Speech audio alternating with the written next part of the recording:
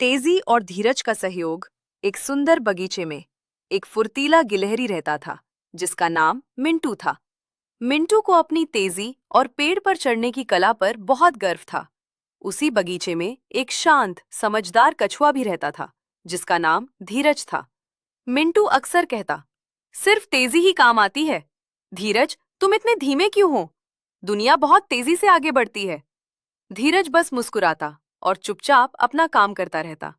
बगीचे के ठीक बीच में एक छोटा सा तालाब था, और उस तालाब के बीच एक छोटा द्वीप था, जिस पर सबसे मीठे आम का पेड़ था। उस दिन पेड़ पर एक बड़ा सुनहरा आम पक चुका था। मिंटू उस आम को पाने के लिए बेताब हो गया। वह पेड़ के किनारे तक दौड़ा, लेकिन तालाब बहुत गहरा और चौड़ा था। वह कूद नहीं सकता था और मिंटू को तैरना नहीं आता था।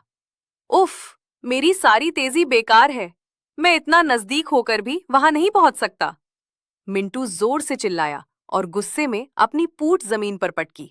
धीरज उसके पास आया और धीरे से बोला, शांत हो जाओ मेरे दोस्त, हम सबकी अपनी अपनी ताकत होती है। हो सकता है कि मेरी चाल धीमी हो, लेकिन मेरा कवच पानी में तैर सकता है। धीरज ने आगे कहा, अगर तुम मेरी पीठ पर बैठ जाओ तो मैं तुम्हें उस द्वीप तक पहुंचा सकता हूं।